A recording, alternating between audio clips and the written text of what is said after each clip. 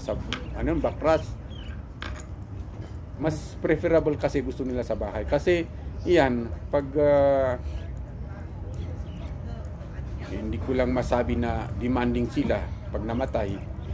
Kasi pag humingi sila na gusto nilang iayos uli o kaya may problema o kaya meron kang nagbenta ka ng property, hinuhukayin uli namin yan. Yung Lilipat. O kaya pag may 1 year na yan, ihuhukay uli yan para ilalagay na sa maliit na karton yung mga buto niya. At pwede mong itago na sa loob ng bahay. Pwede mong ibaon sa ilalim kasi lumit na yon. Yun at tapos pero yon matindi na naman ang kanyawan doon. Kasi pag ginawa mo yon at magko-comply ka sa kanyaw, obligado ka ng 8 pigs. Dami 8 pigs pero isang araw ka talaga. Hindi, 2 araw. Oh, 2 araw. Mamulubi ka 2 talaga. 2 days, ang 8 pigs for 2 days. Yes. Ganun ang obligation mo. Pag gumawa ka ng kasi in 1 year niyan, kasi kung minsan parignada, so 1 year na depende sa pamilya. Pag 1 year na at gusto nilang magkanyaw, gusto na nga kaslangin i-recall, itayawan da kunada, no itayawan da niyan. Ano po yung itayawan? Basta sa yung mga gagamitin mo yung mga gongs na yan. Sayaw. Kanyaw. You use the gongs now, yung mga Ibaloy cultural instrument. Doon na sila magpapakanyaw, sasayaw na yung gagamitin na yon. At obligado doon is 8 pigs. Dami. Is it also safe to say na po ba na kapag, di ba sa lowlands tradition, kapag anniversary, death anniversary ay parang may celebration sa lowlands. Tama rin po ba yung nasabihin na kapag may first year anniversary ng isang Ibaloy na namatay ay parang it calls for celebration? Ang Ibaloy kasi hindi nila niraramdam yung pag anniversary niyan, nag-happy sila.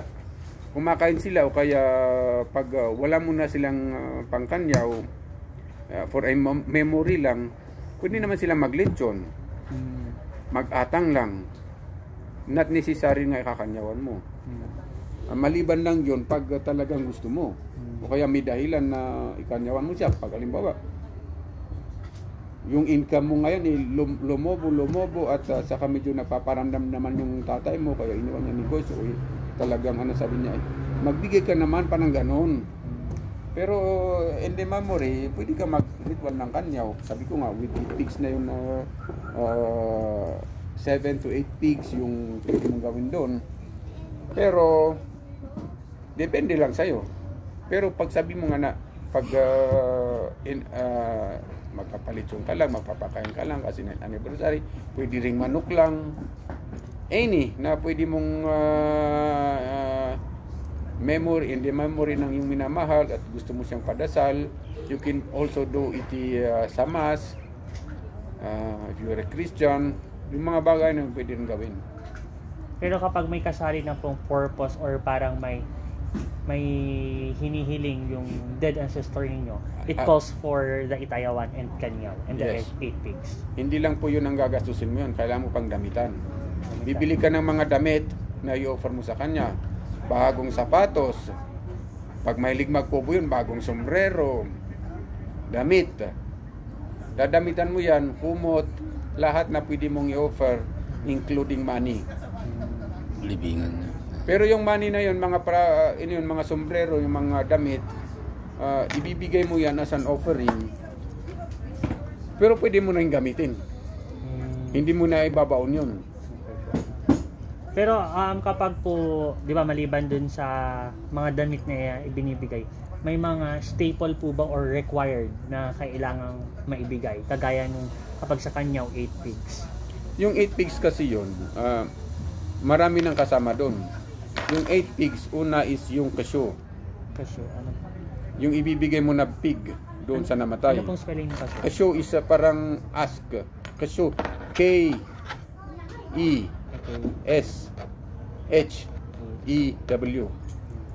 Kasyo. Kasi, ano pong tawag dito? Kasyo. Ano pong Meaning. meaning? Meaning yan is you are giving that pig for him. Yan po, hindi kailangan ang mambunong. Pwede pong elders dyan.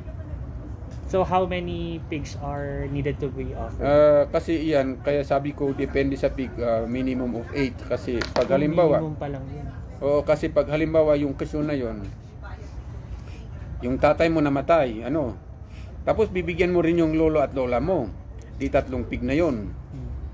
Pwede yung ilagay sa kasyo. At pag meron ka rin kapatid na medyo seloso at ayaw mong kasi maghihingi rin yun, 4 na pig agad ang kasyo. Doon sa first nakatay. So, ganun yun. Pagkatapos ng kasyo na yun, kakainin lahat yun, walang matitira. Give away lahat yun. Kasi nga that is meant for kakainin yun. Pagkatapos nun, dapat maubos yun. So, next po. Do you see any disadvantages of this tradition, in this tradition? Disadvantage. Opo. Ang disadvantage dyan is siyempre Gastos. yung mga walang kakayahanan Mga gastos. sa financial, nagsasacrifice sila to comply with the customs and tradition, pero hirap naman sila sa buhay at kulang sa diskarte kung minsan. Yun ang parang disadvantage, kasi imbis na halimbawa sa panahon natin ngayon, imbis na pag-aral ng anak mo o yung pupuntahan, meron ka ng utang. Pero iyon is magiging parang tatama lang yung pag hindi mo sinama ng sipag. Yun ang disadvantage. Ang advantage naman nun, parang may negosyo ka at nagsuswerte. It means na may tumutulong sa'yo, o kaya easy kapag nagnegosyo. Halimbawa, nag-deal ka ng buy and sell para mabilisan yung na madali kang makaakit ng mga customer. Yun naman ang advantage. Parang tumutulong sila. So, kailangan doon sa mga rituals na yan is sincerity, para yung response naman is sincere din. Hindi yung ginawa mo lang yan for the sake of compliance at parang nababaliwala kasi ang ritual pag may violation. Lahat naman, kahit sa legal, pag may mga violation na ganyan, dapat sinceridad talaga kung ano yung ginagawa nila. So, you have to be very strict pag ikaw yung kakanyaw ng ganun. Huwag mong baliwalain yung mga ganun. Hindi kapag kuhan, nagkamali ka, hindi ulitin ulit. Haan matiti nga kasi nga yung prayer sa mampunong na yon, dapat give him a moral lesson, kasi hindi dapat gawin yon. Halimbawa, when it comes to offering, hindi dapat kasi kinakain muna yung mga ritual hanggat hindi pa tapos yung prayer nung mumbaki Or nung mambunong. o mambunong. Andun na nga, ginawa mo na, tapos during naman dun sa you violated. Wag mong violatin, kasi sayang yung offering, sayang yung ritual. Hindi po yun, parang hindi siya tatama sa yun ang pinaka-importante doon. So, kapag ibaloy ka po, required or dapat na yung katawan mo ay nakalibing lang malapit or sa inyong bahay. Tama po ba? Not really, kasi sabi ko nga, yung iba kasi mahal ng Lupa. bayad. Very common naman sa mga ibalo na ililibing sa playground nila, sa bahay nila. Pero pag magulang, meron gusto naman nila doon. Pero sabi ko nga, pag nagpa-practice pa rin sila ng customary, huhukayin din yun. Tapos pag hukay doon, pupunta rin sa bahay. So what can you say po about ibaloys who choose not to do this? Yung mas pinipili nilang mailibing sa mga public cemetery? Ang masasabi ko sa kanila is they have done in their way na doon sila masaya, at saka nothing to lose naman kasi they believe in God. Doon sa mga ritual naman na ginagawa ng mga Ibaloy to comply with the customs and tradition, it's just like the Old Testament doon sa Abraham part na nag-offering siya sa altar, na yung pinalit niya is yung animal instead of his son. Parang ganun lang ang ano. Kaya whatever na ginagawa ng mga Ibalos who doesn't comply with those customs and tradition, as long as there is God with them and there's no problem, and then maganda naman. So it is a normal sa situation na financial o kaya mga ganung bagay is doon sila masaya, masaya din naman tayo pag ganun ang nakikita natin. Pero based on what you've said naman po kanina, marami pa rin po ang mga Ibaloy na naililibing sa loob or malapit ng kanilang bahay. Yes, marami. Kahit na yung mga hindi nagpa-practice ng custom in tradition, hindi nila kino-comply yung mga, hindi nila sinusunod yung sinabi ko kanina, nililibing pa rin nila sa compound nila. Kahit na di do not do rituals, nililibing pa rin nila sa kanilang compound. What can you say about this? There's nothing wrong kasi sabi ko nga doon sila masaya at yun naman ang practices nila. Nabago lang yung procedure, nawala lang yung masyadong katay-katay ng baboy.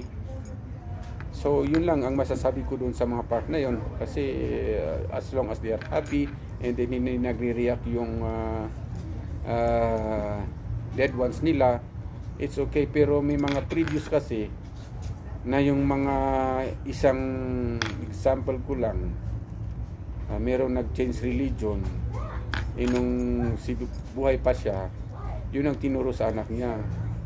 Pero nung naiinggit siya kasi yung level nung mga kapatid niya na iba sa kanya, kasi yung ginagawa naming ritual is stepping ahead, marirecognize ka doon sa papuntahan mo kasi yung procedure is nag-comply yung mga anak, nagkape sila, sinapnak sila, yun yung ang difference. Kaya yung iba doon, hindi nila maobliga yung anak nila na pinagsabihan nila na kahit na wag nyo nang gawin yun. Kasi nung buhay sila mismo nagsabi. So, yung mga anak naman, nag-aalinlangan silang gawin yun kasi sinabi mo naman ang ganda ng usapan natin nung buhay ka. So, returning lang yan kasi nalalaman namin yan kasi pag during our practices, nakakausap namin yung namatay namin by way of yung spirit nila is pumupunta sa isang tao at doon mo nalalaman, doon lahat sinasabi yung mga reaksyon o kaya kahit na yung relatives mo doon sa kabila during your kanyaw, doon kasi sila sumasapi sa isang tao kasi may kanyaw. Parang napapayagan silang sumapi during kanyaws.